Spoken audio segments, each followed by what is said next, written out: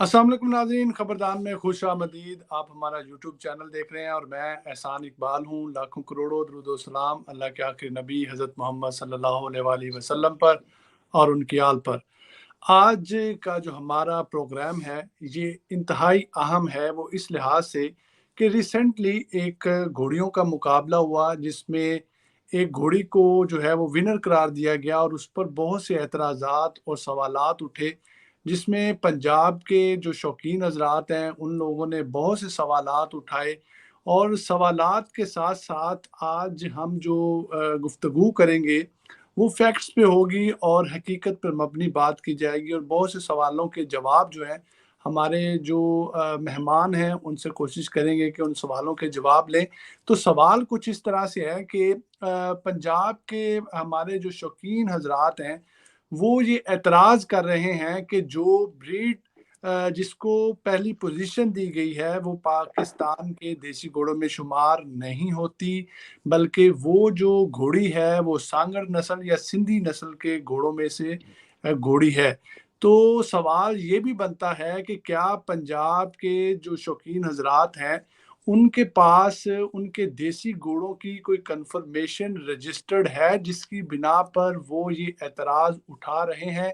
और फिर दूसरा सवाल हमारा ये बनता है कि जब कन्फर्मेशन जो है देसी घोड़ों की डिसाइड की जाएगी, तो उसमें चारों सूबों के लोगों को मुत्तफ़िक किया जाएगा, उनकी मुत्तफ़िका राय से वो कन्फर्मेशन जो है या डेफ़िनेशन जो है देसी घोड़े की डिसाइड की जाएगी, या सिर्फ़ किसी एक सूबे के कहने पे ही घोड़ों की जो डेफ़िनेशन है, उसको डिसाइड कर लिया जाएगा।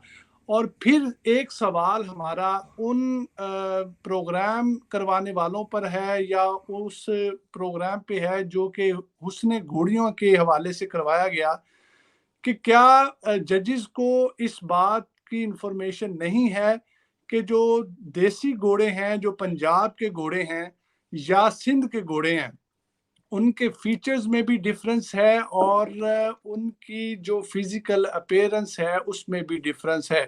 तो जब फैसला किया गया तो क्या ये मुमकिन नहीं था कि पंजाब के घोड़ों का, सिंध के घोड़ों का या जितने भी सूबों की मुख्तलिफ नस्लें हैं उनका डिफरेंट डिफरेंट मुकाबला करवा दिया जाता और ये एतराज़ पैदा ना होता? तो ये बहुत से सवाल हैं। बहरहाल हमारे साथ दो हमारे जो मेहमान हैं उनका मैं तारुफ करवाता चलूँ। हमें अली वड़ैच लहरा साहब ने ज्वाइन किया है, जिन्होंने रिसेंटली अभी देसी हॉर्सेस पे एक किताब भी लिखी है जिसको द देसी हॉर्स के नाम से पुकारा जाता है। और उनके साथ हमारे साथ औरंगज़ेब सिकंदर साहब मौजूद हैं और माशाल्लाह से पाकिस्तान की इंटरनेशनली ये नुमाइंदगी भी करते हैं हॉर्स बैक आर्चरी में और भरपूर इंफॉर्मेशन रखते हैं घोड़ों के हवाले से। तो हम अपने दोनों मेहमानों को आज के इस प्रोग्राम में वेलकम करते हैं। अली भाई, रिसेंटली जो देसी घोड़ियों का मुकाबला हुआ है उसके हवाले से आपका क्या कहना है? क्या वो जो मुकाबला था, उसमें मेरिट को मलहूज़े ख़ातर रखा गया? क्या जो पंजाब के शौकीन हज़रात जो सवाल उठा रहे हैं कि ये जो घोड़ियाँ हैं या जिस घोड़ी को पहला नंबर दिया गया है, ये देसी ब्रीड में शुमार नहीं होती। इज़ इट पॉसिबल कि पाकिस्तान की घोड़ी है और हम कहें कि वो देसी घोड़ों में शुमार नहीं होती? क्या हमने देसी घोड़ों की कन्फर्मेशन या उसके कोई स्टैंडर्ड्स जो हैं हमारे पास रजिस्टर्ड हैं? अस्सलाम वालेकुम। जो पहली बात है कि घोड़ी तो वो जितने घोड़े उन्होंने पार्टिसिपेट जिन्ना कीता है उस शो ਦੇ ਵਿੱਚ ਜ਼ਿਆਦਾਤਰ ਉਹ ਸਾਰੇ ਹੈ ਤੇ ਦੇਸੀ ਨੇ। ਦੇਸੀ ਦਾ ਕੀ ਮਤਲਬ ਹੈ ਕਿ ਇੰਡੋ ਪਾਕਿਸਤਾਨ। ਸੋ ਈਵਨ जी। ਜਿਹੜੀ ਸਾਂਗਰੀ ਘੋੜੀ ਹੈ ਟੈਕਨੀਕਲੀ ਉਹ ਦੇਸੀ ਘੋੜੀ ਹੈ। ਮੇਰੇ ਖਿਆਲ ਨਾਲ ਇੱਥੇ ਜਿਹੜੀ ਗਲਤਫਹਿਮੀ ਕਾਫੀ ਬੰਦਿਆਂ ਨੂੰ ਹੋਈ ਹੈ ਕਿ ਉਹ ਅੰਡਰ ਦ ਇੰਪ੍ਰੈਸ਼ਨ ਸਨ ਕਿ ਇਹ ਕੰਪੀਟੀਸ਼ਨ ਨੇ ਜਿਹੜੇ ਘੋੜੇ ਪੰਜਾਬ ਦੇ ਵਿੱਚ ਨੇ, ਜਿਹੜੇ ਪੰਜਾਬ ਦੇ ਦੇਸੀ ਘੋੜੇ ਨੇ। एंड क्योंकि साढ़े को कोई किसी किस्म की असा proper registration, proper confirmation, proper guideline ही बताई कि देसी घोड़ा होंदा की है। सो ਉਹਦੇ ਨਾਲ कोई बंदा भी पाकिस्तान का हॉर्स ਵਿੱਚ पा सकता है। अगू जज ਜਿਹੜੇ ਨੇ ਉਹਨਾਂ ਆਪਣਾ ਇੱਕ ਬਾਇਸ ਹੈ ਜਿਹੜੀ ਚੀਜ਼ ਉਹਨਾਂ ਨੂੰ ਪਸੰਦ ਹੈ ਉਹਨਾਂ ਉਹਨੂੰ ਵੋਟ ਦੇ ਦਿੱਤਾ ਹੈ। ਐਂਡ ਆਬਵੀਅਸਲੀ ਅੱਜ ਕੱਲ ਬਿਕਾਜ਼ ਅਸੀਂ ਸਾਰੇ ਸੋਸ਼ਲ ਮੀਡੀਆ ਤੇ ਐਕਟਿਵ ਹਾਂ ਇੰਡੀਅਨ ਮਾਰਵਾੜੀ ਘੋੜੇ ਸਾਡੇ ਗੁਆਂਢ ਨੇ, ਇੱਕ ਬੜੀ ਪਪੂਲੈਰਿਟੀ ਉਹਨਾਂ ਦੀ। ਤਾਂ ਨੈਚੁਰਲ ਸੀ ਮੇਰੇ ਖਿਆਲ ਨਾਲ ਉਹ ਜੱਜਸ ਵੇਖ ਕੇ, ਕਿਉਂਕਿ ਇੱਕ ਨਵੀਂ ਚੀਜ਼ ਸੀ ਜਿਹੜੀ ਪਾਕਿਸਤਾਨ 'ਚ ਇੰਨੀ ਤੁਹਾਨੂੰ ਪੰਜਾਬ ਸਾਈਡ ਤੇ ਨਹੀਂ ਲੱਭਦੀ, ਉਹਨਾਂ ਉਹਨੂੰ ਵੋਟ ਦਿੱਤਾ। ਐਂਡ ਰਾਈਟਲੀ ਸੋ, ਜਿਹੜੇ ਬੰਦੇ ਪੰਜਾਬ ਦੇ ਨੇ ਆਬਵੀਅਸਲੀ ਉਹ ਜਿਹੜੇ ਮਾਲਕ ਨੇ ਘੋੜੀ ਦੇ ਉਹ ਵੀ ਪੰਜਾਬੀ ਨੇ, ਮਾਸ਼ਾਅੱਲਾ, ਉਹਨਾਂ ਆਪਣਾ ਸ਼ੋਅ ਕਰ ਰਹੇ ਨੇ, ਬੜਾ ਅੱਛਾ ਸ਼ੋਅ ਕਰ ਰਹੇ ਨੇ ਉਹ। ਲੇਕਿਨ ਮੈਂ ਅੰਡਰਸਟੈਂਡ ਆਲਸੋ ਕਰਨਾ ਕਿ ਦੂਜੀ ਸਾਈਡ ਦੇ ਜਿਹੜੇ ਸਾਡੇ ਭਾਈ ਜਿਨ੍ਹਾਂ ਕੋਲ ਪੰਜਾਬੀ ਘੋੜੇ ਨੇ, ਕਿ ਯਾਰ ਅਸੀਂ ਇਹ ਪਾਲਣ ਲੱਗੇ ਹਾਂ, ਤੁਸੀਂ ਦੇ ਰਹੇ ਹੋ ਪ੍ਰਾਈਜ਼ ਜਿਹੜੀ ਉਸ ਕੈਟੇਗਰੀ ਦੀ ਘੋੜੀ ਜਿਹੜੀ ਸਾਡੇ ਇੱਥੇ ਸਾਡੇ ਇਲਾਕੇ ਦੀ ਲੋਕਲ ਨੇ। तो दोवां साइडां ते बंदा अंडरस्टैंड करना, लेकिन ਇਹਦੀ ਮੇਨ ਫਾਲਟ ਇੱਕ ਹੈ ਨਾ, ਫਾਲਟ ਹੈ ਜਿਹੜੇ ਪੰਜਾਬੀ ਘੋੜਿਆਂ ਦੀ ਨਾ ਫਾਲਟ ਹੈ ਜਿੰਨਾ ਸਾਂਗੜੀ ਘੋੜੀ ਲੈ ਕੇ ਆਏ ਨੇ। ਫਾਲਟ ਸਿੰਪਲੀ ਇਹ ਵੇ ਕਿ ਅਸਾਂ ਕੋਈ ਕਿਸੇ ਕਿਸਮ ਦਾ ਸਟੈਂਡਰਡ ਨਹੀਂ ਸੈੱਟ ਕੀਤਾ, ਕੁਆਲੀਫਿਕੇਸ਼ਨ ਨਹੀਂ ਕੀ ਕਿ ਇਹ ਫੀਚਰ ਨੇ, ਇਹ ਹੋਣੇ ਚਾਹੀਦੇ ਨੇ, ਇਹ ਕ੍ਰਾਈਟੇਰੀਆ ਦੇ ਵਿੱਚ ਹੋਵੇ ਤੇ ਘੋੜੀ ਅਸੀਂ ਪੰਜਾਬੀ ਦੇਸੀ ਕੰਸੀਡਰ ਕਰਨੇ ਆ। ਅਗਰ ਇਸ ਤੋਂ ਬਾਹਰ ਹੈ ਨਹੀਂ, ਅਗਰ ਉਹ ਕ੍ਰਾਈਟੇਰੀਆ ਹੁੰਦਾ ਤੇ ਉਹ ਘੋੜੀ ਫਰਸਟ ਰਾਊਂਡ ਤੋਂ ਆਊਟ ਸੀ, ਕਿਉਂਕਿ ਉਹ ਕ੍ਰਾਈਟੇਰੀਆ ਹੈ ਕੌਣ ਸੀ। ਪਲੱਸ ਨਾ ਕੋਈ ਹੁਣ ਇਸ ਤੋਂ ਪਹਿਲਾਂ ਤੁਸੀਂ ਵੀ ਕਵਰ ਕੀਤਾ ਸ਼ੋਅ ਹੋਇਆ ਸੀ ਪ੍ਰੀਵੀਅਸ ਈਅਰ, ਜਦੋਂ ਨਹੀਂ ਮਲਕ ਸਾਹਿਬ ਜੱਜਿੰਗ ਕਰ ਰਹੇ ਸਨ, ਇੱਕ ਦੋ ਹੋਰ ਲੋਕ ਸਨ, ਜਿੰਨੀਆਂ ਘੋੜੀਆਂ ਤੇ ਆਈਆਂ ਨੇ ਸਾਰੀਆਂ ਮੇਰੇ ਖਿਆਲ ਨਾਲ ਕਿ ਉਹ ਫੇਅਰਲੀ ਉਹਨਾਂ ਪੰਜਾਬ ਤੋਂ ਬੜੇ ਫੇਅਰ ਤਰੀਕੇ ਨਾਲ ਤਰੇ ਉਹਨਾਂ ਅੱਛੀਆਂ ਘੋੜੀਆਂ ਪਿਕ ਕਰਕੇ ਉਹਨਾਂ ਪ੍ਰਾਈਜ਼ ਦਿੱਤੇ ਤੇ ਉਹ ਡਿਜ਼ਰਵਿੰਗ ਸਨ। As time I think perhaps ਜੱਜਿਸ ਜਿਸ ਨੇ ਆਪਣਾ ਬਾਇਸ ਵੇਖਿਆ ਜਾਂ ਕੁਝ ਨਵੀਂ ਚੀਜ਼ ਵੇਖੀ, ਉਹਨਾਂ ਆ ਕੇ ਜੀ ਉਹ ਘੋੜੀ ਨੂੰ ਵੋਟ ਦੇ ਦਿੱਤਾ। ਤੇ ਮੈਂ ਅੰਡਰਸਟੈਂਡ ਕਰਨਾ ਜਿਹੜੇ ਸਾਡੇ ਭਾਈ ਸਪੈਸ਼ਲੀ ਜਿਹਨਾਂ ਪੰਜਾਬੀ ਬੀਟ ਕਰਦੇ ਨੇ, ਮੈਂ ਖੁਦ ਮੇਰੇ ਕੋਲ ਨਾ ਤਾਂ ਮੇਰੇ ਕੋਲ ਸਾਂਗੜੀ ਨਹੀਂ, ਮੇਰੇ ਕੋਲ ਦੇਸੀ ਪੰਜਾਬੀ ਘੋੜੇ ਨੇ ਪੰਜਾਬ ਦੇ, ਤੇ ਮੈਂ ਹੁਣ ਅੰਡਰਸਟੈਂਡ ਕਰਨਾ ਫਰਸਟ੍ਰੇਸ਼ਨ ਕਿ ਅਸੀਂ ਬਰੀਡ ਕਰ ਰਹੇ ਹਾਂ ਇੱਥੇ ਪੰਜਾਬੀ ਘੋੜੇ ਆਪਣੇ ਨੇਜ਼ਾਬਾਜ਼ੀ ਵਾਸਤੇ, ਆਪਣੇ ਸਪੋਰਟਸ ਵਾਸਤੇ। ਤੁਹਾਡੇ ਕੋਲ ਇੱਕ ਹੋਰ ਸੂਬੇ ਦੀ ਘੋੜੀ ਆਉਂਦੀ, ਤੁਸੀਂ ਹੁਣ ਫਰਸਟ ਪ੍ਰਾਈਜ਼, ਤੁਸੀਂ ਐਸੈਂਸ਼ਲੀ ਕੀ ਕਰ ਰਹੇ ਹੋ, ਤੁਸੀਂ ਸਾਡੇ ਘੋੜਿਆਂ ਦੀ ਵੈਲਿਊ ਕਰ ਰਹੇ ਹੋ। ਉਹਨਾਂ ਦਾ ਮਤਲਬ ਇਹ ਵੇ।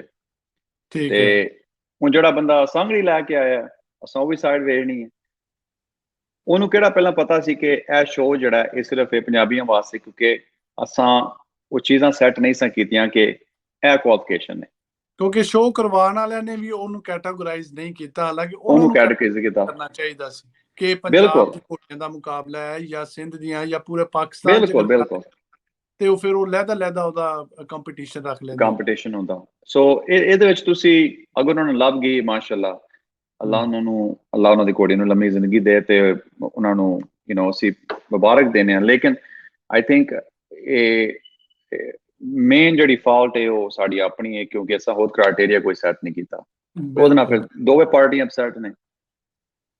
ਜੀ ਤੇ ਔਰੰਗਜ਼ੇਬ ਸਾਹਿਬ, ਤੁਸੀਂ ਇਸ ਬਾਰੇ ਕੀ ਕਹਿਣਾ ਚਾਹੋਗੇ ਜੀ ਕਿ ਜਿਹੜਾ ਰੀਸੈਂਟਲੀ ਮੁਕਾਬਲਾ ਹੈ, ਤੁਸੀਂ ਇਹ ਕਨਵਰਸੇਸ਼ਨ ਵੀ ਸਾਡੀ ਸੁਣੀ है, ਕੀ कहना चाहोगे इस बारे? देखें जी, मैं ना इसको बिल्कुल अलिफ बे पे या ABC के ज़ुमरे में समझाता हूँ आपको कि जैसे रासिब ने कहा कि सब कॉन्टिनेंट या इंडो पाक जो है ना, वहाँ पे जो लोग रहते हैं, अभी मैं ज़रा इंसानों की बात करता हूँ, उसके बाद मैं जानवरों पे आता हूँ।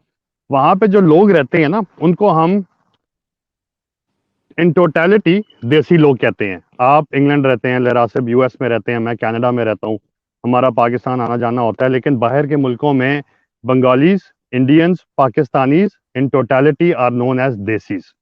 बिल्कुल ठीक है, ठीक है। अच्छा, ये तो डेफिनेशन क्लियर हो गई। दूसरी डेफिनेशन आती है जी बेहतरीन घोड़ी पाकिस्तान की। अब मैं दोबारा एक इंसानों की एग्जांपल देता हूँ। आप कराते हैं मिस्टर पाकिस्तान रेसलिंग कंपटीशन या mister Pakistan body building competition.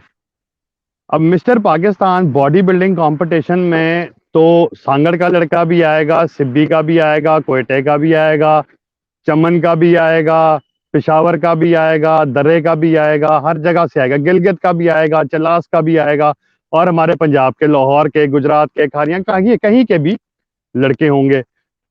Mister Pakistan पूरे पाकिस्तान के लड़कों में से सिलेक्ट होगा जो बेहतरीन बॉडी बिल्डर होगा।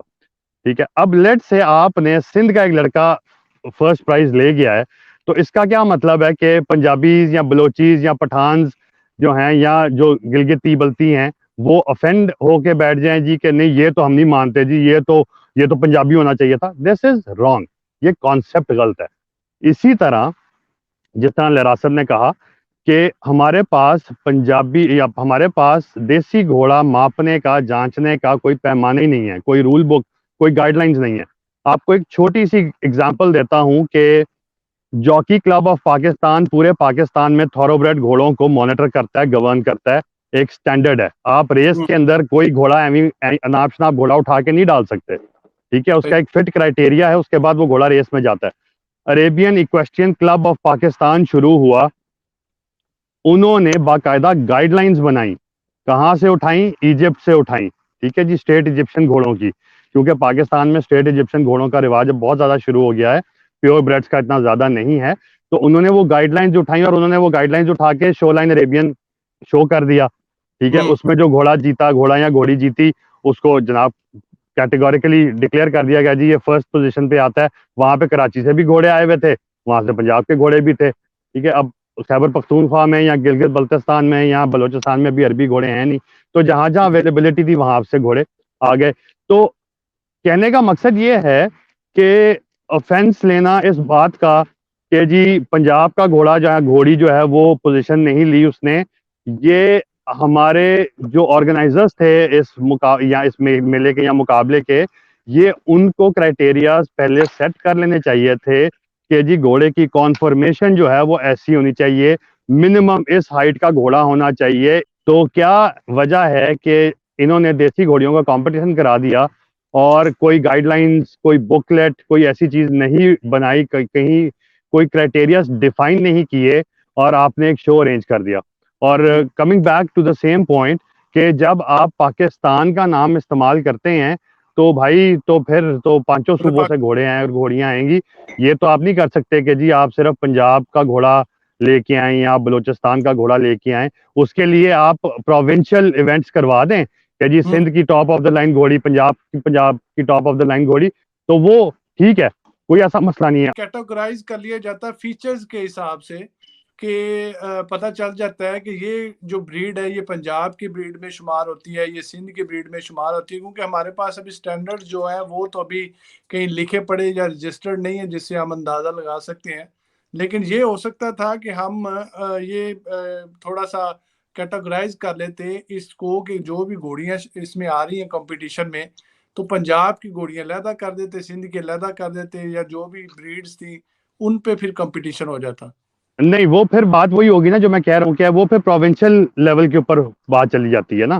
तो मैंने वही कही है ना कि आपने अगर इस तरह करना था तो आप प्रोविंशियल लेवल के ऊपर मुकाबले करवा लेते और वहां के जो विनर्स थे वो तो होते ही होते, उसके अलावा आप 10 घोड़े जो थे कैटेगरी के अंदर वो आप उठा के तो उनको आप कहीं पे भी एक ऑल पाकिस्तान मुकाबला कर लेते और वहां से आप बेहतरीन घोड़ा चूज कर लेते। जैसे कि आप दोनों भाइयों ने कहा है जी कि हमारे पास तो कोई स्टैंडर्ड्स जो है वो रजिस्टर्ड नहीं है जी, कोई पैमाना नहीं है जिससे हम ये अंदाज़ा लगा सकें कि ये देसी घोड़ी जो है इस मुकाबले में आएगी या ये जो है ये नहीं आएगी। क्योंकि पाकिस्तान की देसी घोड़ियों का मुकाबला था तो तमाम इलाकों से घोड़ियों का आना बनता था। ये आप लोगों की राय है। तो अगर अली साहब आपकी तरफ आता हूँ कि अगर कंफर्मेशन जो है घोड़ों की आइंदा हम जो है डिसाइड करते हैं, तो क्या ये जो कंफर्मेशन ऑफ देसी हॉर्सेस होगी ये तमाम सूबों के जो ब्रीडर्स हैं उनकी मुतफ़िका राय से बनाई जाएगी या फिर एक ही सूबे के लोग जो है इसको डिसाइड करके अप्लाई कर देंगे? क्या कहना चाहेंगे इस बारे में? मेन चीज़ ਇਹ ਵੇ ਕਿ ਇਹ ਸਾਰਾ ਸ਼ੋ ਜਿਹੜੇ ਹੁੰਦੇ ਪਾਕਿਸਤਾਨ ਵਗੈਰਾ ਦੇਸੀ ਫੋਰਸਸ ਦੇ ਬਾਇਓਰਾਂਗਸ ਦੇ ਬੜਾ ਸੋਹਣੀ ਚੀਜ਼ ਦੱਸਿਆ ਕਿ ਅਸੀਂ ਬੰਗਲਾਦੇਸ਼, ਪਾਕਿਸਤਾਨ, ਇੰਡੀਆ, ਅਸੀਂ ਸਾਰੇ ਹਾਂ ਦੇਸੀ। ਜਿਹੜੇ ਜਾਨਵਰ ਨੇ ਇੱਥੇ ਇਨਸਾਨ ਲੈ ਕੇ ਸਾਰੇ ਸਭ ਕੁਝ ਇਹ ਦੇਸੀ। ਸਾਡੀ ਗਾਂ ਹੋਵੇ, ਮੱਝ ਹੋਵੇ, ਬੱਕਰੀ ਹੋਵੇ, ਘੋੜਾ ਹੋਵੇ, ਘੋੜੀ ਹੋਵੇ ਨਾ, ਉਹਦੇ ਵਿੱਚ ਜਿਸ ਤਰ੍ਹਾਂ ਸਾहिਵਾਲ ਦੀ ਗਾਂ ਹੈ, ਚੋਲਿਸਤਾਨੀ ਗਾਂ ਹੈ, ਇਸ ਤਰ੍ਹਾਂ ਘੋੜੇ ਵੀ ਡਿਫਰੈਂਟ ਇਲਾਕੇ ਦੇ ਨੇ, ਉਹ ਯੂਨੀਕ ਨੇ ਉਸ ਏਰੀਆ ਤੋਂ, ਕਿਉਂਕਿ ਡਿਵੈਲਪ ਹੋਏ ਨੇ over hundreds of thousands of year adaptation each area ਤੇ। ਸੋ ਸੇਮ ਹੋਰਸਿਸ ਦਾ ਹੁਣ ਜਿਹੜਾ ਘੋੜਾ ਸਾਡਾ ਜਿਹੜਾ ਪੰਜਾਬ ਦਾ ਦੇਸੀ ਘੋੜਾ ਹੈ, सांगड़ी भी देसी घोड़ा है, लेकिन उन्हें काफी डिफरेंट फर्क है। पंजाबी घोड़े की लुक कंप्लीटली डिफरेंट है, सांगड़ी घोड़े की लुक वेरी डिफरेंट है। तो ਇਹਦਾ बड़ा सौखा सोल्यूशन है। ਕਮ ਅਪ ਕਰੀਏ ਕਨਫਰਮੇਸ਼ਨ, ਜਿਸ ਤਰ੍ਹਾਂ ਅਰੇਬੀਅਨ ਘੋੜਿਆਂ ਦੇ ਕਨਫਰਮੇਸ਼ਨ ਨੇ ਜਾਂ ਕੁਆਟਰ ਹਾਰਸਸ ਦੇ ਨੇ ਜਾਂ ਈਵਨ ਮਾਰਵਾਰੀ। ਇੰਡੀਆ ਦੇ ਵਿੱਚ 2 ਬਰੀਡਾਂ ਨੇ ਮੇਨ, ਖਤਵਾਰੀ ਤੇ ਮਾਰਵਾਰੀ। ਉਹਨਾਂ ਬਰੀਡ ਕਨਫਰਮੇਸ਼ਨ ਬਣਾ ਦਿੱਤੀ ਮਾਰਵਾਰੀ ਦੀ ਵੀ, ਉਹਨਾਂ ਬਰੀਡ ਕਨਫਰਮੇਸ਼ਨ ਬਣਾ ਦਿੱਤੀ ਖਤਵਾਰੀ ਦੀ। ਖਤਵਾਰੀ ਘੋੜਾ ਜਿਹੜਾ ਉਹ ਮਾਰਵਾਰੀ ਦੇ ਕੰਪੀਟੀਸ਼ਨ 'ਚ ਨਹੀਂ ਆ ਸਕਦਾ, ਮਾਰਵਾਰੀ ਜਿਹੜਾ ਉਹ ਖਤਵਾਰੀ ਤੇ ਨਹੀਂ ਜਾ ਸਕਦਾ। ਇਹਦੇ 'ਚ ਸੂਬਿਆਂ ਦਾ ਕੋਈ ਤਲਕ ਨਹੀਂ ਕਿ ਪੰਜਾਬ ਦਾ ਹੋਵੇ ਜਾਂ ਸਿੰਧ ਦਾ ਹੋਵੇ। ਵੇਖੋ ਨਾ, ਇੱਥੋਂ ਪੰਜਾਬ ਤੋਂ ਘੋੜੇ ਜਾ ਰਹੇ ਨੇ ਸਿੰਧ, ਹੈ ਤੇ ਉਹ ਘੋੜੇ ਇੱਥੇ ਦੇ ਨੇ, ਲੇਕਿਨ ਉਹ ਜਿੱਥੇ ਮਰਜ਼ੀ ਜਾਣ। ਉੱਥੇ ਅਗਰ ਸਿੰਧ ਦੇ ਬੰਦੇ ਨੇ ਉਹ ਪੰਜਾਬੀ ਘੋੜੇ ਰੇਜ਼ ਕਰਕੇ ਸ਼ੋਜ਼ ਕੰਪੀਟ ਕਰਨਾ ਚਾਹੁੰਦੇ ਨੇ, ਅਗਰ ਉਹ ਘੋੜੇ ਮੀਟ ਕਰਦੇ ਨੇ ਸਾਡੀ ਬਰੀਡ ਸਟੈਂਡਰਡ ਜਹਾਂ ਸੈੱਟ ਕੀਤੀ ਹੈ ਕਿ ਘੋੜੇ ਦੀ ਗਰਦਨ ਇੰਝ ਹੋਣੀ ਚਾਹੀਦੀ ਹੈ, ਉਹਦੇ ਕੰਨ ਕਨੋਤੀ ਇੰਝ ਹੋਣੀ ਚਾਹੀਦੀ ਹੈ, ਉਹਦੀ ਬੂਥੀ ਇੰਝ ਹੋਣੀ ਚਾਹੀਦੀ ਹੈ, ਮਣਕਾ ਇੰਝ ਹੋਣਾ ਚਾਹੀਦਾ ਹੈ, ਉਹਦਾ ਸਾਈਜ਼, ਉਹਦਾ ਕਲਰ, ਜਿਸ ਤਰ੍ਹਾਂ ਕਨਫਰਮੇਸ਼ਨ ਦੇ ਦੇਣੀ ਨਾ, ਉਹ ਜਿਹੜੇ ਘੋੜਿਆਂ ਫਿੱਟ ਹੋਣਾ ਉਹਦੇ ਵਿੱਚ ਆਟੋਮੈਟਿਕਲੀ ਉਹ ਘੋੜੇ ਕੰਪੀਟ ਕਰ ਸਕਣਦੇ। ਜਿਹੜੇ ਨਹੀਂ ਹੁੰਦੇ ਉਹ ਜਾ ਕੇ ਆਪਣੀ ਵੱਖਰੀ ਸੁਸਾਇਟੀ ਬਣਾ ਲੈਣ, ਸਾਂਗੜੀ ਦੀ ਜਾਂ ਦੇਸੀ ਦੀ, ਜੀ ਕੁਝ ਹਿਸਾਬ ਕਿਤਾਬ ਉਹਨਾਂ ਦਾ। ਸੋ ਇਹਦੇ 'ਚ ਆਈ ਥਿੰਕ ਫਾਲਟ ਸਾਡੀ ਆਪਣੀ ਹੈ ਕਿ ਅਸਾਂ ਇਹ ਚੀਜ਼ ਤੇ ਵਰਕ ਨਹੀਂ ਕੀਤਾ ਕਨਫਰਮੇਸ਼ਨ ਤੇ। ਤੇ ਹੁਣ ਇਨਸ਼ਾਅੱਲਾ ਜਿਸ ਤਰ੍ਹਾਂ ਜਾ ਰਿਹਾ, ਹੁਣ ਇਨਸ਼ਾਅੱਲਾ ਆਈ ਥਿੰਕ ਵੈਰੀ ਸੂਨ ਇਹ ਚੀਜ਼ ਹੋ ਜਾਣੀ ਤੇ ਇਹਦੇ ਨਾਲ ਫਿਰ ਅੱਗੋਂ ਇਹ ਕਨਫਲਿਕਟ, ਇਹ ਇਸ਼ੂ ਖਤਮ ਖਾਲਸ। ਜੀ ਔਰੰਗਜ਼ੇਬ ਸਾਹਿਬ, ਤੁਸੀਂ ਇਸ ਤੇ ਨਜ਼ਰ ਪਾਓ, ਕੀ ਕਹਿਣਾ चाहोगे इस बारे में? मैंने देखा ना एहसान, जो अभी लहरा साहब ने बात की है ना, वही मतलब मेरा भी पॉइंट ऑफ व्यू एग्जैक्टली वही है। मैं आपको जो बता रहा था कि अगर कैटेगराइजेशन करनी है तो आप कैटेगराइजेशन बिल्कुल उसी तरह कर लें कि आप कॉन्फर्मेशन बेस्ड कैटेगराइजेशन करें। ठीक है, कौन से घोड़े की शक्ल अच्छी है, किसकी गर्दन अच्छी है, किसके बाल अच्छे हैं, किसकी टांगे अच्छी हैं, किसके खोर अच्छे हैं, ठीक है ना, किसकी चाल अच्छी है। मतलब चाल is one of the major components, ठीक है जी, घोड़े की ब्रीड को चेक करने के लिए। तो घोड़े की पेस देख लें आप, ठीक है। अब हर प्रोविंस के जो घोड़े हैं, हर सूबे के जो घोड़े हैं, उनकी कैटेगराइजेशन अलग है। आप सिब्बी मेले पे चले जाएं तो वो वहां पे जो घोड़े घोड़ियां हैं वो शुतरी चाल इस तरह चलते हैं कि आप ग्लास का पानी का हाथ में लेके चलें तो वो पानी छलकेगा नहीं, ठीक है। अब अगर आपने उस घोड़े को हमारे बेइंतहा नखरीले घोड़े या घोड़ी पंजाब के जो हैं उनके साथ आपने अगर उनको मुकाबले पे लेके आना है तो फिर आपको कैटेगराइजेशन तो करनी पड़ेगी ना। ठीक है, बिल्कुल, ठीक है, आपको कैटेगराइजेशन करनी पड़ेगी। यू नो, आप ये तो नहीं कर सकते। आप देखें ना सर, मैं आपको एक और एग्जांपल देता हूँ। आप आर्नल्ड श्वार्ज़नेगर का मुकाबला सोमालिया के एक 300 किलोमीटर एंड्योरेंस रेस करने वाले एथलीट के साथ नहीं कर सकते। बिल्कुल आप नहीं कर सकते, ठीक है ना। एग्जैक्टली घोड़ों के मामले में भी यही चीजें फॉल करती हैं। अगर आपने पूरे, तो मैं अपनी दोबारा उसी बात को दोहराऊंगा कि अगर आपने पूरे पाकिस्तान से टॉप क्लास घोड़ा निकालना है तो आप कैटेगरी वाइज घोड़े निकालें, आप प्रोविंस वाइज मुकाबले करवाएं, वहां से आप हर प्रोविंस के जो 8, 10, 12, 15 टॉप के घोड़े हैं उनको आप एक ओवरऑल मुकाबले में लेके आएं और उस मुकाबले के लिए एक बोर्ड जो है उसकी तश्कील दी जाए, जो अच्छे नामवर घोड़ा दान हैं, ठीक है जी, उनको आप बिठाएं। उन जो तजर्बाकार लोग हैं जिनको पता है कि देसी घोड़ा जो है, ठीक है, मतलब जिस तरह लहरा साहब has worked his way into developing document, जिस जो किताब इन्होंने बनाई है, ठीक है ना, तो he should be made a part of that board, ठीक है। लहरा साहब की तरह के और लोग जो जिनकी जिंदगियां गुजर गई हैं देसी घोड़े पालते हुए। अब जब मैं देसी घोड़ा कह रहा हूँ ना जी, तो मैं पंजाब के घोड़े की बात नहीं कर रहा। देसी घोड़े का मतलब है हमारे पाकिस्तान में जितनी नस्लें पाई जाती हैं, ठीक है। तो हर नस्ल का जो एक्सपर्ट है वो 2-4 या 1-2 एक्सपर्ट आप उस बोर्ड में बिठाएं और फिर आप उस बोर्ड का कंसेंसस लेके तो जो आप इवेंट कराएंगे उसमें घोड़े जो हैं कैटेगरी वाइज और एक ओवरऑल घोड़े घोड़ियां जो हैं उनको इनामात दिए जाएं। तो फिर सवाल तो फिर अगेन वही आ जाता है कि हमारे कुछ पंजाब के जो शौकीन हैं वो ये एतराज़ कर रहे हैं जी कि जो घोड़ी अभी आप लोगों के जवाब से ही सवाल है कि जो घोड़ी सिंधी घोड़ी ने अभी पार्टिसिपेट किया है जी, ये घोड़ी को पार्टिसिपेट नहीं करना चाहिए था और इसको पहला नंबर नहीं देना चाहिए था। तो पंजाब के लोगों के पास क्या वो चीज़ रजिस्टर्ड है जिसकी बिना पर वो एतराज़ कर रहे हैं कि ये घोड़ी जो है उसको कंपटीशन में नहीं आना चाहिए था। क्या ये एतराज़ उस सिंधी घोड़ी के मालिकान उन पे बनता है, या ये एतराज़ जो है इंतज़ामिया पे बनता है जिन्होंने ये हुस्ने घोड़ियाँ का मुकाबला ऑर्गेनाइज़ करवाया है? देखें जी, ये इसमें तो मैं आपको बताता हूँ कि ओवरऑल हर बंदा जो है वो इसमें एट फॉल्ट ठहराया जाएगा, मेनली इंतज़ामिया।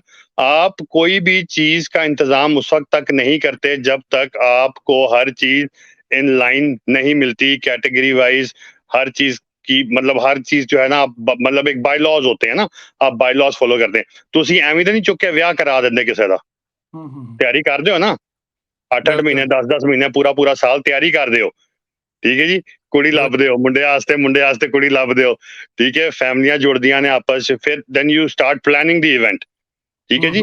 इतने जोड़े देने हैं जी, फलाना करना है, टमकाना करना है, तो घोड़ों के जब मुकाबले होंगे ना, अब उसके अंदर आप क्या करेंगे कि आप वही बात, मतलब ये जो है ना, बात घूम फिर के एक डॉक्यूमेंट के ऊपर आ जाती है, एक रूल बिल्कुल। बुक के ऊपर आ जाती है, बाय लॉज के ऊपर आती है, ठीक है। एक एसोसिएशन होनी चाहिए, देसी हॉर्स फेडरेशन ऑफ पाकिस्तान या देसी हॉर्स एसोसिएशन ऑफ पाकिस्तान। ਕੋਈ ਵੀ ਬਰੀਡ ਹੈ ਨਾ, ਕੋਈ ਵੀ ਬਰੀਡ ਹੈ, ਜਦੋਂ ਤੁਸੀਂ ਇੱਕ ਵਾਰੀ ਬਰੀਡ ਸਟੈਂਡਰਡ ਬਣਾ ਦਿੰਦੇ ਹੋ ਨਾ, ਫਿਰ ਤੁਹਾਡੀ ਬਰੀਡ ਆਫੀਸ਼ੀਅਲੀ ਜਿਹੜੀ ਹੈ ਉਹ ਸ਼ੇਪ ਟੇਕ ਕਰਦੀ ਹੈ। ਕਿਉਂ? ਬਰੀਡ ਸਟੈਂਡਰਡ ਦਾ ਮਤਲਬ ਹੁੰਦਾ ਹੈ, ਮਿਸਾਲ ਹੈ ਮੇਰੀ ਬੁੱਕ ਵਿੱਚ ਮੈਂ ਯੂਜ਼ ਕੀਤਾ ਘੋੜਾ ਨਰਾਲਾ ਹਾਜੀ ਰਸ਼ਾਦ ਸਾਹਿਬ ਮਰਹੂਮ ਦਾ। ਉਹ ਜਿਹੜਾ ਘੋੜਾ ਉਹ ਸਾਡੀ ਆਈਡੀਅਲ ਹੈ ਕਿ ਅਸਾਂ ਘੋੜੇ ਦੇਸੀ ਬਰੀਡ ਕਰਨੇ ਨੇ ਜਿਸ ਤਰ੍ਹਾਂ ਦਾ ਨਰਾਲਾ ਹੈ, ਜਿਸ ਤਰ੍ਹਾਂ ਉਹਦੀ ਕੰਨ ਕਨੋਤੀ ਹੈ। ਮੈਂ ਕੰਨ ਦਾ ਜ਼ਿਕਰ ਬਾਰ-ਬਾਰ ਕਰਨਾ ਕਿਉਂਕਿ ਬੜਾ ਇੰਪੋਰਟੈਂਟ ਆਇਡੈਂਟੀਫਿਕੇਸ਼ਨ ਹੈ ਸਾਡੇ ਦੇਸੀ ਘੋੜੇ ਦਾ। ਕਨੋਤੀ ਜਿਹੜੀ ਹੈ, ਕਾਨ ਹੈ, ਬਿਲਕੁਲ, ਬਿਲकुल। ਉਹਦੀ ਗਰਦਨ, ਉਹਦੀਆਂ ਨਾਸਾਂ, ਉਹਦੀ ਛਾਤੀ, ਉਹਦਾ ਪੁੱਠਾ, ਉਹਦਾ ਆਸਨ, ਉਹਦਾ ਪੇਟ, ਇਹ ਸਾਰੀਆਂ ਚੀਜ਼ਾਂ ਘੋੜੇ ਨੂੰ ਮੇਕਅਪ ਕਰਦੀ। ਜਦੋਂ ਤੱਕ ਅਸਾਂ ਆਇਡੈਂਟੀਫਾਈ ਨਹੀਂ ਕਰਨਾ, ਇਹ ਸਾਡੀ ਕਨਫਰਮੇਸ਼ਨ ਹੈ। ਫਿਰ ਕੀ ਹੋਣਾ ਹੈ? ਨੰਬਰ 1, ਸਾਰਿਆਂ ਬੰਦਿਆਂ ਬਰੀਡ ਕਰਨ ਲੱਗ ਪੈਣਾ ਉਸ ਟਾਈਪ ਦਾ। ਤੁਹਾਡਾ 10 ਸਾਲਾਂ ਦੇ ਵਿੱਚ ਤੁਹਾਡੇ ਘੋੜਿਆਂ ਦੀਆਂ ਸ਼ਕਲਾਂ ਮਿਲਣ ਲੱਗ ਪੈਣੀਆਂ। ਹੁਣ ਕੀ ਹੋ ਰਿਹਾ? ਬਰੀਡ ਸਟੈਂਡਰਡ ਹੈ ਕੋਈ ਨਹੀਂ। ਮੈਂ ਗੁਜਰਾਤ ਬੈਠਿਆ, ਮੈਂ ਬਰੀਡ ਕਰ ਰਿਹਾ ਇੱਕ ਟਾਈਪ ਦਾ। ਇੱਕ ਭਾਈ ਸਾਹਿਬ ਬੈਠੇ ਨੇ ਉੱਥੇ ਪਿੰਡੀ, ਉਹ ਬਰੀਡਿੰਗ ਹੋਰ ਕਰ ਰਹੇ ਨੇ। ਤੁਸੀਂ ਬੈਠੇ ਹੋ ਨਨਕਾਣਾ ਸਾਹਿਬ, ਤੁਸੀਂ ਹੋਰ ਬਰੀਡਿੰਗ ਕਰ ਰਹੇ ਹੋ। ਅਸੀਂ ਸਾਰਾ ਇੱਕ ਛੋਟਾ ਜਿਹਾ ਪ੍ਰੋਜੈਕਟ ਕਰ ਰਹੇ ਹਾਂ ਡਿਫਰੈਂਟ। ਲੇਕਿਨ ਜਿਸ ਵਕਤ ਬਰੀਡ ਬਣ ਜਾਣਾ ਇਹ ਦੇਸੀ ਘੋੜਾ ਹੈ, ਤੇ ਅਸਾਂ ਸਾਰਾ ਟਾਰਗੇਟ ਨਾਲ ਜਾਣਾ ਹੈ। ਸ਼ੋਅ ਵੀ ਹੋਣੇ ਨੇ, ਉਹਨਾਂ ਵੀ ਉਸ ਟਾਰਗੇਟ ਨਾਲ ਜਾਣਾ ਹੈ, ਉਹਨਾਂ ਹੀ ਉਸ ਨਾਲ ਜੱਜ ਕਰਨਾ ਹੈ। ਸੋ ਇਹਦਾ ਬੜਾ ਸਿੰਪਲ ਤਰੀਕਾ ਹੈ। come up with the breed standards। ਇਹ ਬੜੀ ਸੋਹਣੀ ਗੱਲ ਕੀਤੀ। ਉਹਨੇ ਆਖਿਆ ਕਿ ਜਿਹੜੇ ਬੰਦੇ ਇਨਵੋਲਵ ਨੇ, ਸਪੈਸ਼ਲੀ ਪੰਜਾਬ ਦੇ ਵਿੱਚ ਪੁਰਾਣੇ ਤਾਜ਼ੀਦਾਰ ਨੇ, ਤੁਸੀਂ ਡਾਕੂਮੈਂਟ ਬਣਾਓ। ਇਨਸ਼ਾਅੱਲਾ ਮੈਂ ਵਰਕ ਕਰ ਰਿਹਾ। ਮੇਰੀ ਨਈਮ ਸਾਹਿਬ ਨਾਲ ਗੁਫ਼ਤਗੂ ਹੋਈ ਸੀ ਦਿਸ ਮਾਰਨਿੰਗ। ਉਹਨਾਂ ਨੇ ਜਿਹੜੀ ਉਹਨਾਂ ਬਣਾਈ ਡਾਕੂਮੈਂਟੇਸ਼ਨ, ਉਹਦੇ ਨਾਲ ਐਡੀਸ਼ਨਲ ਫਿਊ ਚੀਜ਼ ਐਡ ਕਰਕੇ ਅਸੀਂ ਕਨਫਰਮੇਸ਼ਨ ਬਣਾਉਂਦੇ। ਅਸੀਂ ਜਿਹੜੇ ਸਾਡੇ ਪੁਰਾਣੇ ਤਾਜ਼ੀਦਾਰ ਨੇ, ਜਿਹੜੇ ਲੋਕ ਜਿਨ੍ਹਾਂ ਨੂੰ ਸਾਡੇ ਨਾਲ ਜ਼ਿਆਦਾ ਐਕਸਪੀਰੀਅੰਸ ਹੈ, ਉਹਨਾਂ ਨੂੰ ਔਨ ਬੋਰਡ ਕਰਕੇ ਉਹ ਡਾਕੂਮੈਂਟ ਵਿਖਾ ਕੇ ਪ੍ਰੂਵ ਕਰਕੇ ਸਾਰਿਆਂ ਦਾ ਹਲਫਨਾਮਾ ਸਿਗਨੇਚਰ ਲੈ ਕੇ ਪ੍ਰੈਜ਼ੈਂਟ ਕਰੋ। ਜਿੱਥੇ ਵੀ ਸ਼ੋਅ ਹੋਵੇ ਇਹ ਕੁਆਲੀਫਿਕੇਸ਼ਨ ਨੇ। ਉਸ ਤੋਂ ਬਾਅਦ ਕਿਸੇ ਦਾ ਕੋਈ ਇਤਰਾਜ਼ ਨਹੀਂ ਰਹਿਣਾ ਕਿ ਦੇਸੀ ਕੀ ਹੈ ਤੇ ਮਿਕਸ ਕੀ ਹੈ ਤੇ ਸਾਂਗੜੀ ਕੀ ਹੈ। ਤੇ ਜਿਹੜੇ ਭਾਈ ਜਿਨ੍ਹਾਂ ਕੋਲ ਸਾਂਗੜੀ ਬਰੀਡ ਕਰ ਰਹੇ ਨੇ, ਵੇਖੋ ਹਰ ਬੰਦੇ ਦਾ ਹੱਕ ਹੁੰਦਾ ਹੈ ਉਹ ਜਿਸ ਟਾਈਪ ਦਾ ਹੋਰਸ ਦਾ ਦਿਲ ਬਰੀਡ ਕਰੇ। ਅਗਰ ਉਹਨਾਂ ਨੂੰ ਕਿਸੇ ਨੂੰ ਸਾਂਗੜੀ ਪਸੰਦ ਹੈ, 100 ਵਾਰੀ ਬਿਸਮਿਲ੍ਲਾ ਬਰੀਡ ਕਰਨ, ਬਿਕਾਜ਼ ਉਹਨਾਂ ਦਾ ਇੰਟਰਸਟ ਹੈ। ਸਾਡਾ ਮੋਰ ਇੰਟਰਸਟ ਹੈ ਪ੍ਰੀਜ਼ਰਵ ਕਰਨਾ ਜਿਹੜਾ ਘੋੜਾ ਪੰਜਾਬ ਦਾ, ਜਿਹੜਾ ਅਸੀਂ ਜੇਲ੍ਹ ਦਰਿਆ ਚਨਾਬ ਤੇ ਦਰਿਆ ਰਾਵੀ ਦਾ ਘੋੜਾ, ਨੀਲੀ ਦਾ ਘੋੜਾ, ਇਹ ਅਸਾਂ ਪ੍ਰੀਜ਼ਰਵ ਕਰਨਾ ਹੈ। ਤੇ ਉਹਦੇ ਵਾਸਤੇ ਸਾਨੂੰ ਸਿਰਫ ਇਹ ਕੰਮ ਕਰਨਾ ਹੈ। ਇਹ ਹੋ ਗਿਆ ਸਾਰੇ ਤਫਜ਼ਾਤ ਦੂਰ। ਜਦੋਂ ਤੱਕ ਕਨਫਰਮੇਸ਼ਨ ਸਾਡੀ ਡਿਸਾਈਡ ਨਹੀਂ ਹੋ ਜਾਂਦੀ, ਉਦੋਂ ਤੱਕ ਨਾ ਤੇ ਅਸੀਂ ਆਪਣਾ ਸਾਂਗਣ ਨਸਲ ਵਾਲਿਆਂ ਨੂੰ ਬੁਰਾ ਕਹਿ ਸਕਦੇ ਹਾਂ।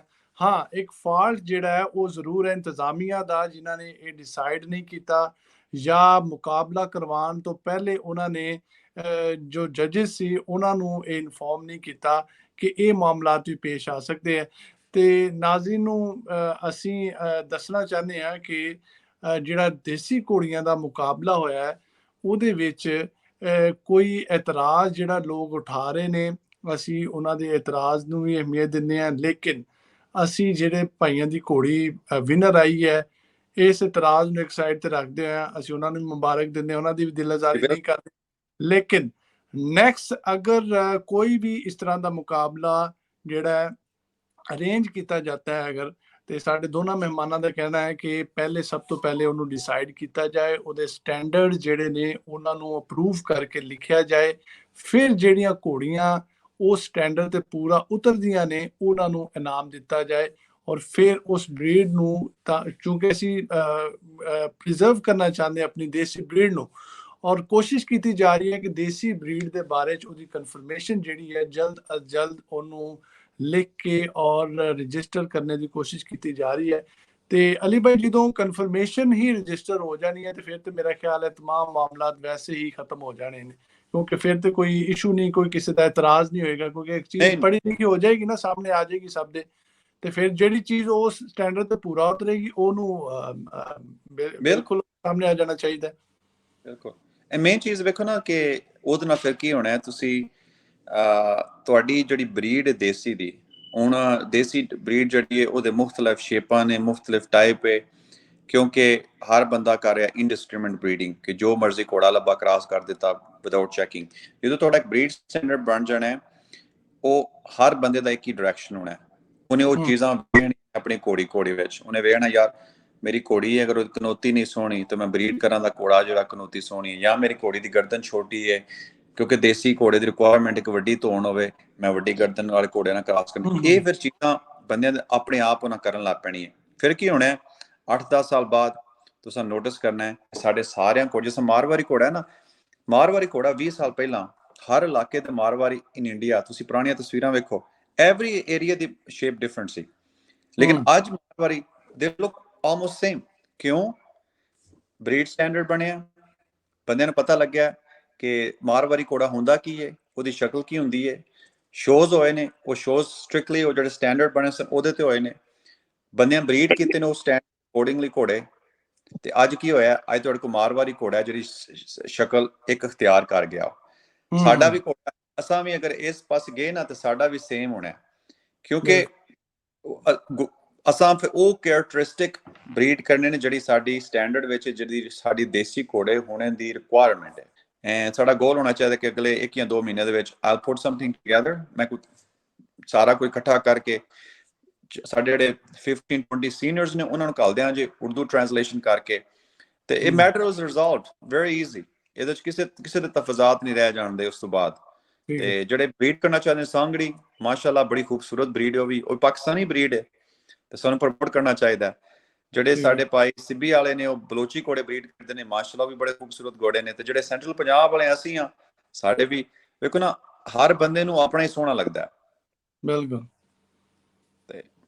ਲੇਕਿਨ ਜਦੋਂ ਸਟੈਂਡਰਡ ਬਣ ਜਾਏਗਾ ਨਾ ਜੀ, ਫਿਰ ਸਟੈਂਡਰਡ ਵਾਲਾ ਘੋੜਾ ਹੀ ਸੋਹਣਾ ਲੱਗੇਗਾ। ਹਾਂਜੀ, ਫਿਰ ਦੂਜਿਆਂ ਦੇ ਵੀ ਘੋੜੇ ਚੰਗੇ ਲੱਗਣਗੇ।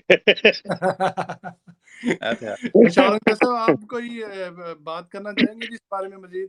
नहीं जी, मेरा ख्याल में क्या हमने काफी पॉइंट्स जो हैं वो उनको डिस्कस कर लिया है, और अगर हम उसको समराइज करें तो वही बात है कि हमारे पास एक डॉक्यूमेंट होना चाहिए जिसको फॉलो करना चाहिए, और एक बोर्ड होना चाहिए, उसमें 10, 12, 15 जितने भी लोग हों, ठीक है, उसमें कुछ जजेस हों, कुछ नॉलेजेबल लोग हों, और एक किताबचा हो और उसको फॉलो किया जाए, तो मेरा ख्याल में ये सारे मैटर रिजॉल्व हो सकते हैं। सारों के कंसर्न जो हैं उनको आइडेंटिफाई कर लिया जाए और उनके साथ बैठ के एक मीटिंग कर ली जाए, और मेरा नहीं ख्याल कि फिर उसके अंदर कोई उसके बाद कोई इस तरह का कोई इशू या किसी को कोई शिकायत होगी।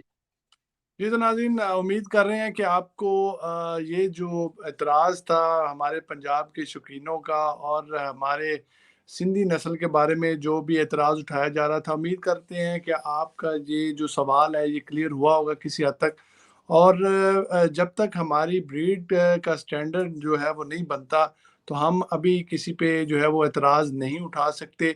लेकिन जो अगर डिफरेंट ब्रीड स्टैंडर्ड, जिस तरह हमारे मेहमानों ने बात की है कि ब्रीड स्टैंडर्ड्स में टोरा भी देखा जाता है, घोड़े का फिजिकल अपीयरेंस भी देखी जाती है, परफॉर्मेंस भी चेक की जाती है, तो कहा जाता है कि हमारे जो देसी घोड़े जो हमारे पंजाब के हैं या सेंट्रल पंजाब के हैं, वो इन तमाम चीज़ों पर पूरा उतरते हैं, तो हमें ज़्यादा अहमियत उन घोड़ों को देनी चाहिए। लेकिन फ़िलहाल हम कोशिश कर रहे हैं कि इस ब्रीड को जो है, इसकी जो कन्फर्मेशन है, या कन्फर्मेशन मतलब कि उसकी बॉडी स्ट्रक्चर किस तरह का होना चाहिए, या उसकी परफॉर्मेंस देखी जाएगी, बहुत चीज़ें देखी जाती हैं कंफर्मेशन में।